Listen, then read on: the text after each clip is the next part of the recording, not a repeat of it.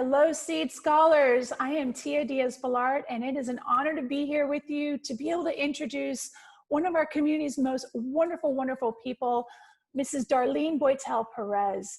She is just a wonderful community member, a supporter of our school, which we are just so greatly grateful for. And I wanted to share with you a little bit about her background and her career because Mrs. Latrice Thomas is going to be able to interview her shortly, and I know you all are just going to learn so many wonderful things from her. So Mrs. Perez is an advanced registered nurse practitioner specializing in gastroenterology. She completed her Master of Science in Nursing and Advanced Registered Nurse Practitioner degrees from Florida International University right here in Miami, Florida. Before that, she completed her Bachelor of Science degree in Nursing also from Florida International University, and her Associate of Arts in Nursing at Broward Community College. Mrs. Perez has lots of great passions, which she's going to share with us today, and an amazing career and love of helping others. And so with that, it's an honor to introduce Mrs. Perez here with our own Miss Latrice Thomas. So welcome, ladies. It's great to be here. Thank you so much for having me. It's a pleasure. It's an actual honor. Thank you. Oh, we're so grateful. Yes, we are. For you. And Ms. Thomas, I'm going to hand it over to you to be our wonderful MC today. And we're excited to be here. I am excited to be here too, Mrs. Diaz-Balart. And thank you so much for your time and for facilitating this event and making sure to invite Ms. Boytell-Perez. We're honored, truly, Mrs. Perez. It's such an honor to meet you and be able to spend this time with you. If it's okay with you, I'd like to start by asking you a little bit about your background. One of the things that we do our best to instill in our Seed Miami scholars is a sense of pride in their cultures, their ethnicities, their histories. You know, we think that's important to move forward, to be able to know where you come from and acknowledge and celebrate that. So speaking about that, where are you from? Where were you born? And what is your ethnicity? I am a very proud South Floridian, born and raised in Miami. Hence staying here the whole time for school. For a moment there, we moved to Fort Lauderdale. My father was a chief of police of North Lauderdale, so we moved up to Fort Lauderdale, where I did a lot of my high school, some middle school, high school, and some beginning of college. I was born, like I said, born and raised in Miami. My parents born in Cuba. And although they left Cuba very, very young, they were raised in New York City, but I do have Hispanic background. My grandparents are from Spain. My father's side is from France. So I have a nice, beautiful, eclectic European, Hispanic, Cuban background. That's amazing. Thank you so much for sharing that with us. We have also some scholars that are of Cuban descent, and so they'd be so stoked to hear that. Can you tell me a little bit about how your family chose to celebrate Hispanic Heritage Month? We engaged our scholars in a litany of different things here at Seed Miami. You know what we ended up doing? We made a point of, you know, as you become much more, I think, Americanized, our diets all changed. And so what we were just doing is basically enriching ourselves with the traditional foods. So there was a lot of Spanish traditional dishes that actually came from Spain that us Cubans, my parents, like changed over time or added. So we did a lot of the cooking. We like to eat in our family. So a lot of cooking in our family when it came to the Hispanic. I love it. Yeah. I absolutely love it. And I'm sure it was amazing. I too come from a good long line of good eaters. So I love that. That's so special. So here at the Seed Miami, we also have something called Sparks. It's that which lights you up inside. At the end of the day, if you could be doing anything in the world, it's what you love to do in your spare time the most. We teach our students that they can take what they love to do the most and create a career from it. And the more time they spend doing these things, they are intrinsically brought joy and happiness with which they can share with other people. What are some of your sparks, and how does engaging in your sparks in your spare time help you with your work-life balance? That's a loaded one then, huh? I've got a couple of things in there. And I think what I've always and really admired in so many people, that they can reach that level of meditation and yoga and go there. I haven't gotten that yet, but I certainly like to practice trying. And I do do find myself giving and allowing myself to have that moment of peace and silence. I do definitely like to practice it, but I do that also in prayer. I'm quite spiritual, so I do that in prayer as well, and I find my happy place there. I do try to do as much exercise as I can, whether it's walking. I love being outside, the breeze. I love being on the beach. So any moment that I can to be able to walk and exercise that way. But really, I think that, and because time is so limited, is being with, of course, family when you can and so forth. But really the moments that you can be with girlfriends and just have that time, that is so therapeutic for me. And it's because I don't unfortunately have a lot of that. Yes, you can jump on that treadmill and listen to like I love to do, and listen to my self-help tapes trying to help me do that meditation, reaching that point and that. So I'm always trying to improve myself and learn by doing that and exercising at the same time, so I can get there and feel not guilty for not doing something. But certainly it's what really just, oh my God, it's so fulfilling, is to have a little bit of that therapeutic girlfriend time. And so that's probably what does it to me. That's great. I love that. Yes. I love that. And I feel like you and I have some things in common, Mrs. Perez, throughout this time of quarantine and everything else. Sometimes you don't realize what you miss until you don't have it. So as I transitioned to being back on campus and just being around physically my employees and seeing everyone, I had such an energy rush. And I remembered, oh my gosh, Latrice, you're an extrovert. You derive energy from other people. And it's so true. Girlfriends are very special, and we all deserve that girlfriend time. Thank you so much. So I want to know, when did you know that you wanted to not just become a nurse, but an advanced registered nurse practitioner? How old were you? I mean, if you listen to the family stories, that probably says since I was 7, that I was in love just helping people around the house who were ill or who needed help. And I also have a sister who is mentally and physically challenged. It was our eldest sister. So having that need around the house, or me wanting to provide that care to her, and she was like having a big baby around the house. So certainly, I think that's something that you have innate. You have a calling. It's what I call it, to be in the healthcare profession. Something that you always want to have, to provide care to so that's something that I knew I always had a calling for. I think my parents always said they can remember when I was 7 or 8 years old, I think I got a stethoscope from a friend, and all I would do is wear it in my ears, around my neck the whole time, assessing everybody, so I think that's a natural thing that came. I was very lucky. There's a lot of people who don't know what they want, or but I was very clear on what I wanted. So luckily that path was there for me. And so as far as transitioning to a nurse, that I knew right away I always wanted to be.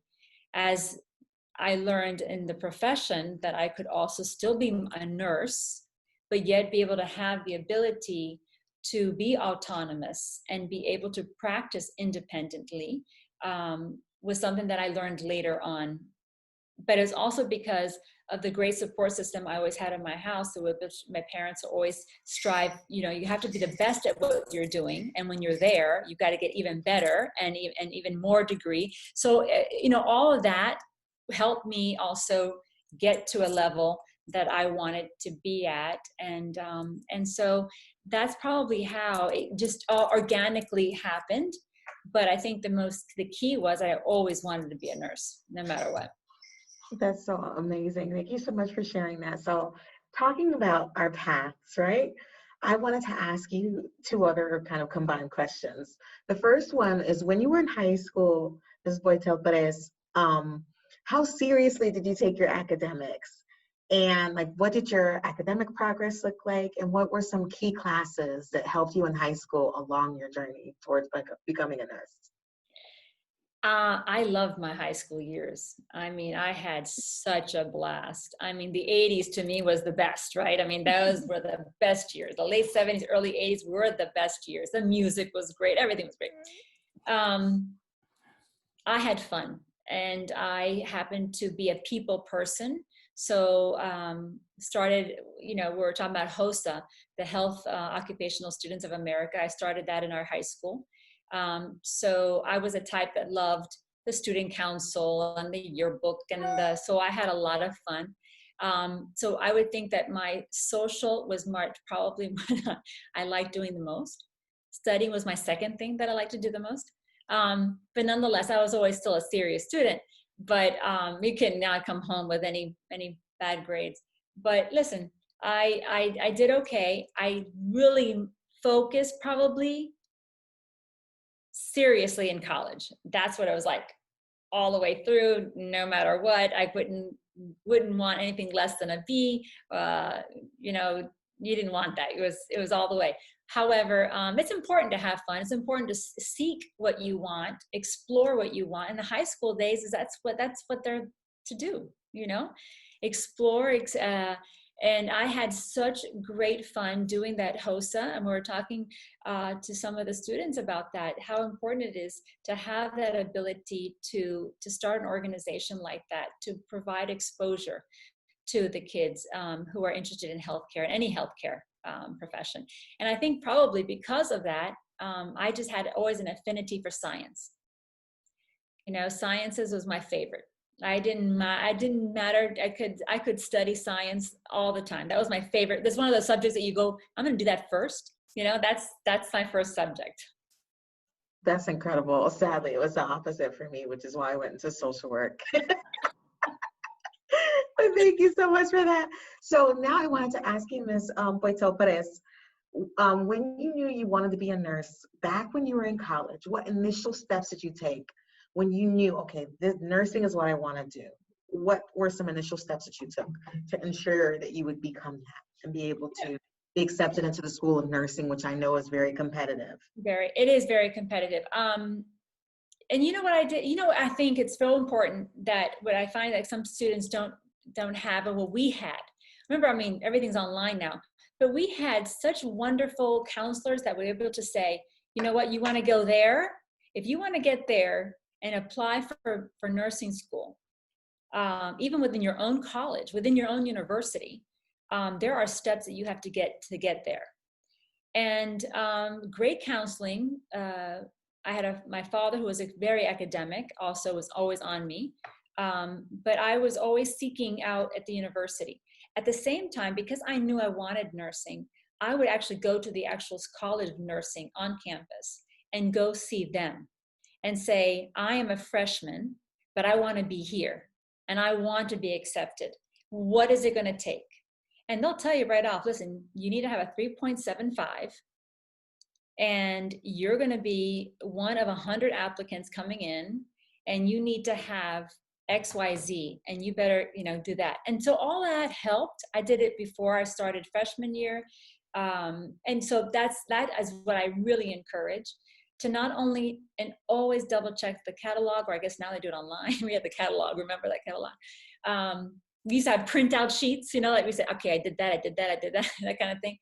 I'm sure they do it much faster now on the internet. But, and then always go to that college that you want to strive to get into. See who's in charge, and I'd ask a couple people. I always like asking 2 people to see if I get the same story, same response, and go that route. Fantastic. Thank you so much.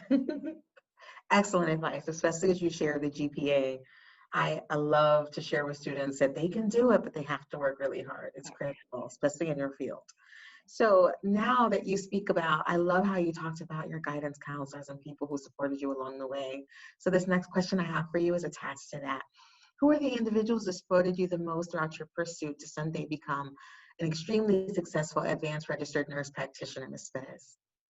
I have to say, my father in particular, but my parents in general, to see that the dedication, the commitment that they had to the family and to my sister, who was very, very sick.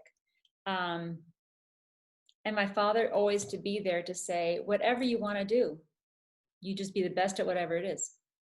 And I think that knowing that the sky was the limit, I knew that whatever I was going to do, I would do better and do my best at least at it. And I knew that no matter what, I'd have their support, you know? And so I think it's building your own community, whether it's a friend or an aunt, a counselor, whatever, is you're building your own little network, right? That is going to be there for you and know that you're going to check all the boxes and get it done. Absolutely. Thank you so much. So what did you do while you were immersed in your undergraduate studies? I heard you talk about being extremely active on campus throughout your high school career, which made it that much more fun, right? So when you got to college, what did you do in the midst of your studies when you were on that college campus? I always tell students how much fun college is as well. It was a lot of fun. I was involved, you know, more in the, again, the College of Nursing, more of anything. I mean, listen, the first 2 years was just like, you know, getting yourself to get accepted into the college of what you wanted to apply to do. For the first 2 years is all those liberal arts, is all those courses and so forth, and the sciences, depending on your field. But I was quite active. I mean, there was a lot going on. I think it's a lot more fun now when I go visit. I still do a lot of, FIU has asked me to go back as an adjunct professor. So I do a lot of lectures still at FIU. So, but I see all that they have. Man, I wish I was there at this time. Wow. The campus is so alive, and there's so many rallies and clubs and different things. I mean, you know, at that time it was a smaller campus. That long ago, I'm not going to tell you how long ago, that campus was so much smaller. But nonetheless, yeah, we did a lot of activities, and I did more of that healthcare. I did more of the volunteering. We did Red Cross on campus. We did, you know, the prevention screenings and volunteered for a lot of that. I always focused still on what it was that I was going to do and how else I can learn from, because you're gathering your network of people that you meet. So I was always volunteering, or I would do the Red Cross, I'd do the shelters. So I would do a lot of that to just feel. I'm a people person, so I wanted to be around people, help people. And so that's what I was doing the whole time during I guess you'd say the freshman and sophomore years of college. Thank you so much for that. My goodness, thank you. So what were the most difficult aspects of your nursing studies, and how did you overcome any presenting challenges or barriers to your success?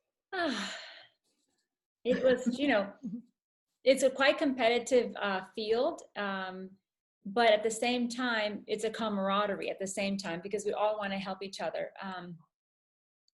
So I say, you know, you're going to have those challenges, those teachers and those professors that might not make it as easy as you would want.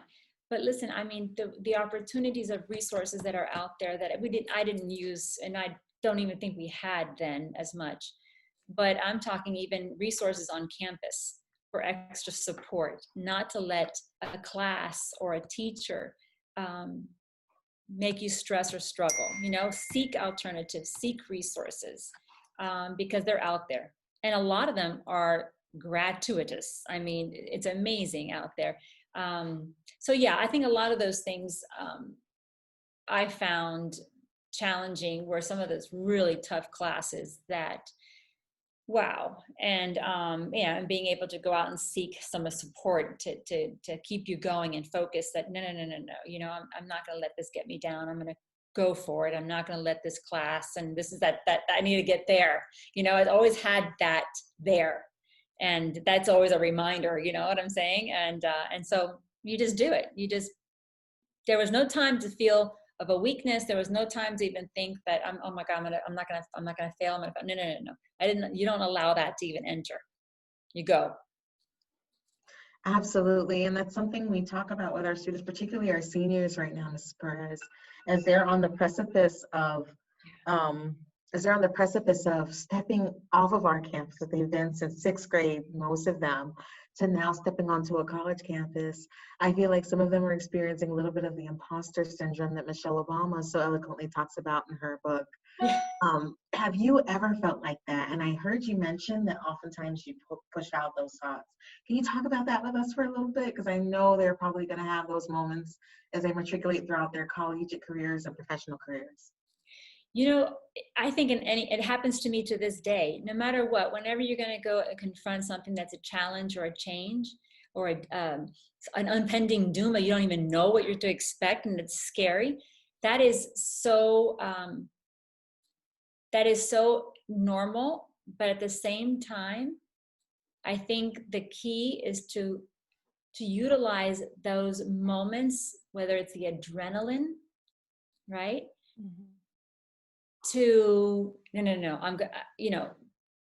It's gonna work. You're gonna see. I'm gonna try to take myself somewhere else, because sometimes those moments of stress, especially as a nurse, or any healthcare field where you're confronted with, oh my God, an emergency case, you elevate yourself, that you separate from that anxiety that you're having, because you can't go there. You're thinking. So a lot of times when I have to even go and do a open, public speaking, I can't, if I go there and I'm thinking, oh my God, there's 100 people out there, I'm going to freak out or whatever. And it's the same thing as college or going into, oh my God, what's going to happen with this? You have to sort of like, okay, I've experienced that. Let me compartmentalize that over here. Now I'm going to give them the show, because you can't bury yourself in that hole. Like, oh my God, no. Okay. You felt it. It's important to feel. It's important to feel that stress. It's important to feel that adrenaline that keeps us going. But it's okay. I felt it. It's good. That's good. Now it's showtime. Now I'm here. I'm in a class. I'm in a speech. I'm walking into some place. Done. Because it's to acknowledge it and realize it's okay. It's normal. But you're going to do it. You can do it. I love that. It's so powerful. So powerful. What a great lesson for all of us, all of our students, and for all of us. Yeah, Absolutely. but what I was saying, that happens so many times, because even in healthcare, when you're having an impending doom, you're freaking out. You know what I'm saying? Your heart's pounding, and you're like, oh my God, what am I doing? You can't wallow in that, because then you're not thinking, oh my God, what is the next thing that I have to go? I have to be like this, right? Mm-hmm. And that's same thing with a student that's in a class and that's walking in, that's freaking out. No, okay. I'm in here. Who's here? What's like a reset? The minute that you're going, exactly. Love that. I love that. Oh my gosh, thank you so much. That was for me too, Ms. Perez. Just so you know. All the time. Thank you so much. Oh my gosh, thank you so much. So once you graduated from the School of Nursing, how did you approach studying and preparing for your RN exam? How long did it take you to prepare for it? Because I know that's another milestone once you get through acceptance and graduation. Please talk to us about that process. Oh my God, that was fabulous. Couldn't believe it when you pinch yourself a couple times, and you're in a really camaraderie of people, that guys and girls that are just the celebration is fantastic. So the next step, again, of course, right, is that test. But you're so well prepared. This college that you're going to go to are preparing you for that. There's classes you can go to test. Now they're doing it all online. It's crazy. We talk about stress. We would have to go to a huge convention center, sit there for 6 hours, 2 days.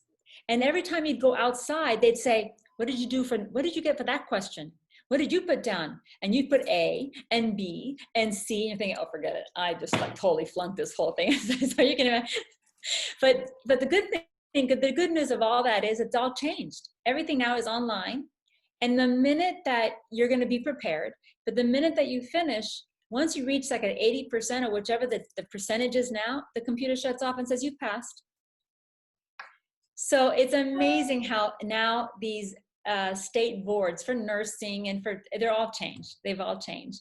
But But going back to the actual question is actually, yes, you're prepared. No, if you went to the university and you are studying, and any of the nursing schools that I know of, that I teach at, that I graduated from, you are so prepared when you're done. You're so, no, you're easy. It's done. That's awesome. Yeah. I know our students will be so glad to hear that. Yeah. So once you were registered and like practicing, how did you set yourself apart from other up and coming nurses in your field? Like, how did you go about that process of doing that? You know what, I was mentioning that I love gastroenterology. It's always been a specialty area that I've always loved. I think the majority of not only preventative medications, preventative health style, lifestyle managements, really you can help your whole microbiome, you help your whole GI tract. So I've always loved that it incorporates so much of who we are, what we are.